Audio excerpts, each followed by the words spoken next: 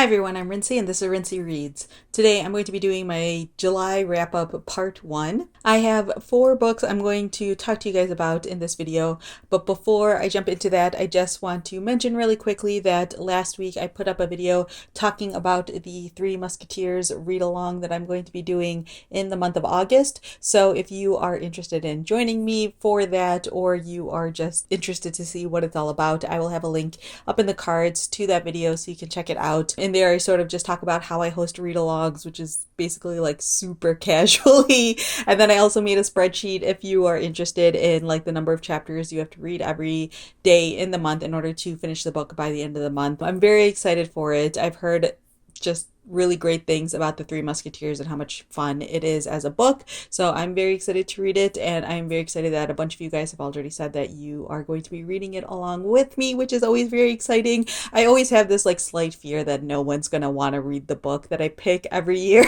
So to those of you who have commented on that video saying that you're in, thank you. You have alleviated my anxiety for another year. All right, so on to the books. The first book that I have finished so far this month is The Perplexing Theft of the Jewel in the Crown by Vaseem Khan. There is a hair on my book. Anyways, it's gonna be one of those videos. So this is the second book in the Baby Ganesh Agency series. The first book is The Unexpected Inheritance of Inspector Chopra, which I read last year, and so this is the second book of the series, and this is just like a fun, cozy mystery series that I enjoy reading. I read the first book last year. It was cute and fun and light, and this followed along the same lines. In this book, the crown jewels from England are in Mumbai, and the queen's crown ends up getting stolen. Someone that Inspector Chopra knows ends up getting arrested for the crime, and he insists that he didn't do it, and so Inspector Chopra decides to basically take the case on and to see what actually happened. These sort of like cozy mystery books are just ones I use as sort of like palate cleansers slash something fun and light-hearted that I want to read. They're not ones that are like super impactful, but one of the things I really enjoyed about this book is that it talked a lot about just like English colonialism and its impacts in India, and how one of the jewels in the queen's crown comes specifically from India, and whether or not India deserves to have that back and whatnot. And so yeah, like it's a fun light mystery that has some more depth to it. It talks about things that are happening in modern day India, which again I just always really like, and there's a baby elephant in it. So yeah, if you are the type of person who enjoys cozy mysteries, this is definitely a good one to pick up. If you've never read cozy mysteries before, they are like slower paced mysteries, and there's also like another sort of mystery that's going on in this book that doesn't really add much to like the main storyline overall, but it sort of gives something for some of the other characters in the story to do, in my opinion. So yeah, like if you're looking for a new cozy mystery series to pick up, this is a good one. If you're someone who's not super into cozy mysteries, this isn't a terrible one to try. You can see if you like that genre of mystery. I gave it a 3 out of 5 stars. It's not like mind-blowing, but I also just go to them for a specific type of reading experience. All right, next up I have probably the most ridiculous book I've read so far this month, and that is The President is Missing by James Patterson and former President Bill Clinton. This is a book that I probably would not have picked up if it wasn't for the Read or Dead podcast. We are going to be discussing this book along with Hope Never Dies. I think that's the name of the Andrew Schaefer book, which is basically like Obama Biden fan fiction, in the next episode, which comes out a week from when this video goes live. There is a link in the description to the Read or Dead podcast in case you are interested in checking it out. It's a mystery, thriller, suspense podcast that I host for Book Riot, or co-host for Book Riot. When Katie and I found out about this book, we have been talking about it almost nonstop since we had heard about it, and so now it is finally out in the world, and I was like the first person to check it out from the library, and of course I had to return it immediately because there were like a bajillion holds on it. So yes, I read this book. How do I feel about it? It's complicated. If you follow me on Goodreads, you would have seen my sort of slightly snarky review of this book, which is basically that this book feels like the equivalent of McDonald's, where you know it's kind of trash, but you also kind of enjoy it, and it also makes you feel a little bit queasy because of all the cheesiness. So this is my first James Patterson book that I've ever read, and reading this book, I completely understand like why so many people love him. Like his books are very addicting. It has like super short chapters. You do want to keep reading the book to see how it's all going to end. And so I like get the appeal, but this is not a book for me. I don't know if all of James Patterson's books are like this, or if this is more of like the President Clinton political side coming out influencing this book. But this book also just felt like really, really preachy at times, hence my comment about the cheesiness. Like there are comments in this book about things like police brutality and immigration and the way that we treat people who are different than us that are like good messages to have in books and things that I 100% agree with.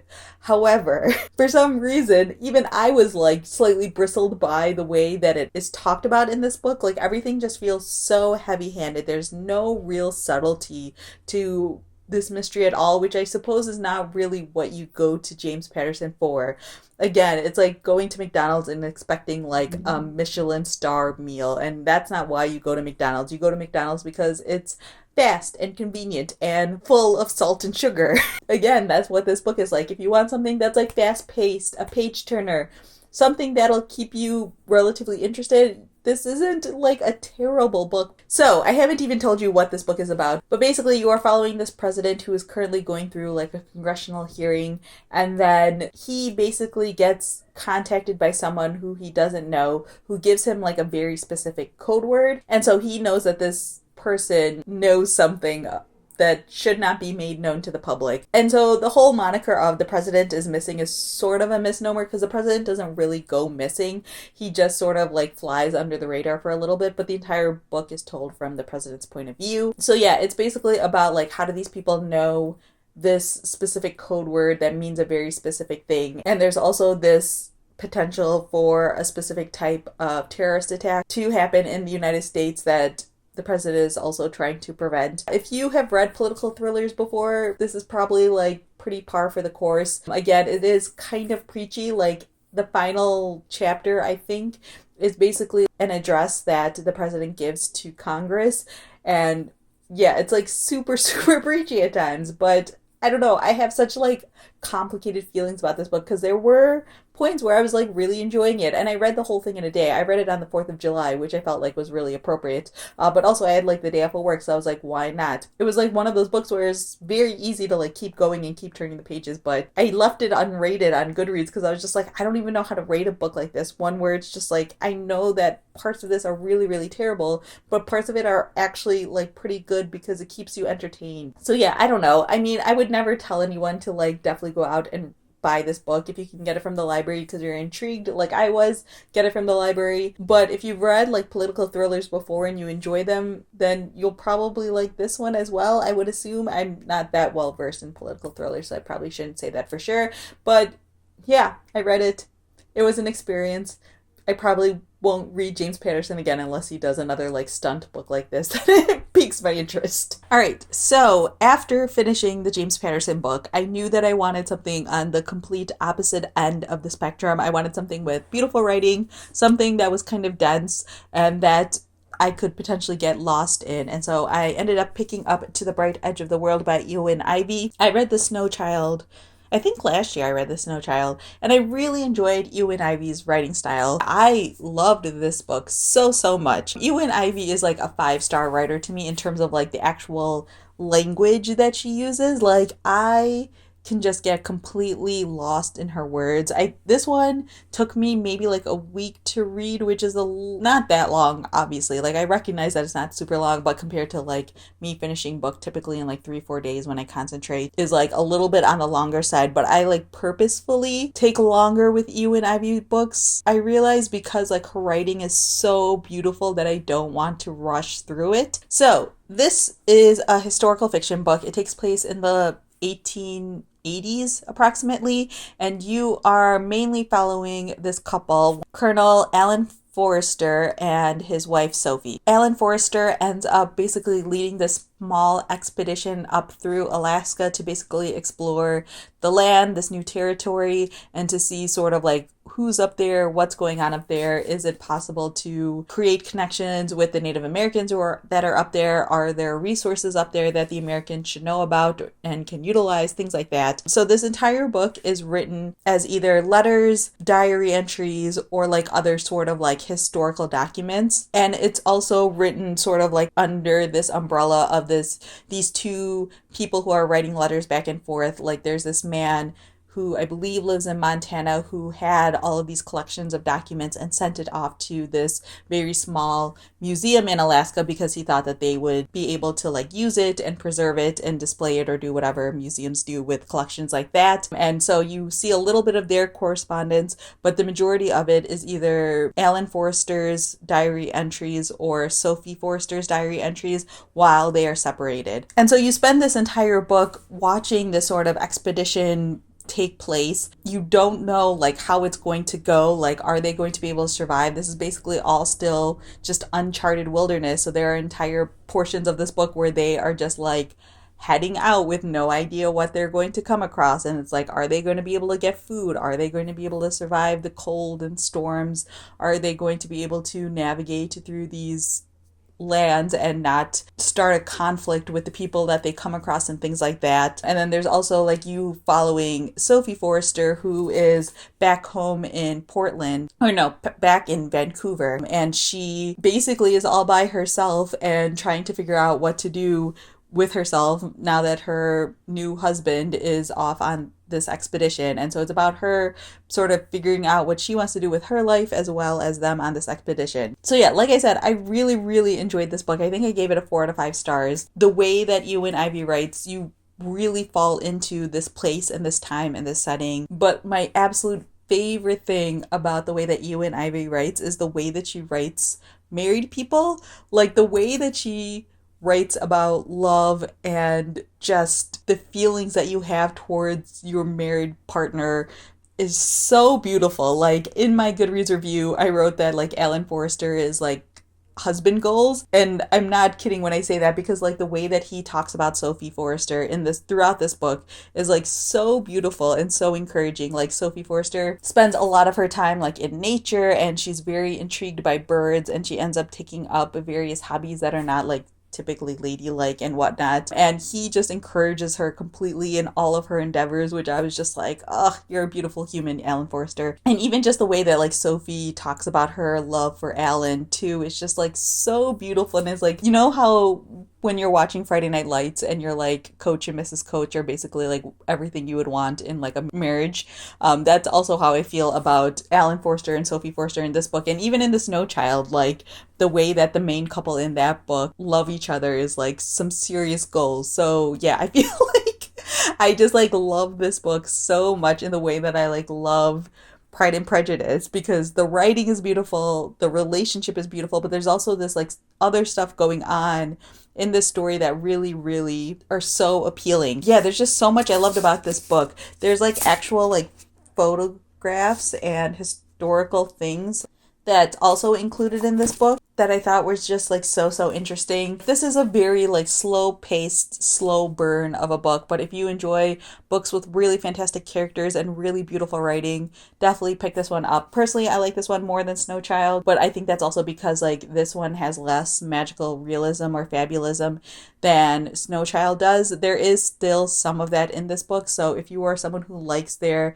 historical fiction to be like very straight and like grounded in reality, then there are probably parts of this book that will annoy you, because there is some magical realism happening here. And a lot of that also has to do with like Native American stories and storytelling techniques and things like that. So just a heads up for that. But I really enjoyed this book. Like it's so beautiful. Like I wish I could just spend the rest of my life reading the words of Ewan Ivey. All right, and very quickly, the last thing that I read so far this month is The Backstagers, Volume 1. This is a comic relatively new from Boom Studios. I picked it up solely based on the cover. Like this art style just really appealed to me, and it feels a lot like Lumberjanes but with dudes and taking place at an all boys high school. So in the first issue of this collection, you are following this character named Jory who starts at an all-boys high school. He decides that he is going to try out for the drama club, or he sees a sign for like the drama club and decides to go check it out. But then he discovers sort of like the backstagers or the stage crew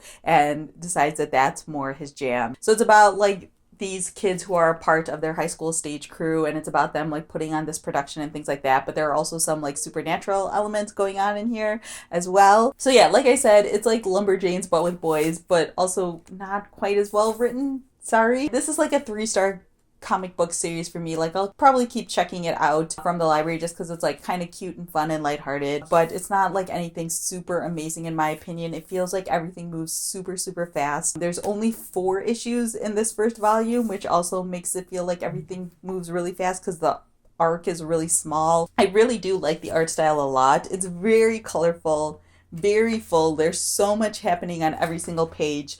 So it's very easy to like miss things if you're going too fast. It's very cutesy, and that's very similar vein as Lumberjanes. And I like the friendship that's happening in here, and I enjoy just the atmosphere that it invokes because I did do stage crew in high school, and so it's sort of just like part nostalgia love for me as well. But yeah, it's not like my favorite comic book in the world. There's also like LGBTQ characters in here as well, which is nice. So I'll maybe keep up with it like if I remember to pick up more volumes, but it's not like a super high priority comic book for me personally. But if you are looking for something new and different that's lighthearted and cute and fun, I mean, there are worse comics out there than the Backstagers. That's not a great endorsement. I mean, it's cute, it's fun. I gave it 3 stars, but it's not like mind-blowing in my opinion. All right, so that's everything I have for this video. Leave a comment down below letting me know if you have any questions about any of the books that I read, or if you have read any of these and you have opinions you would like to share with me. So yeah, that's all I have for now, and thanks for watching.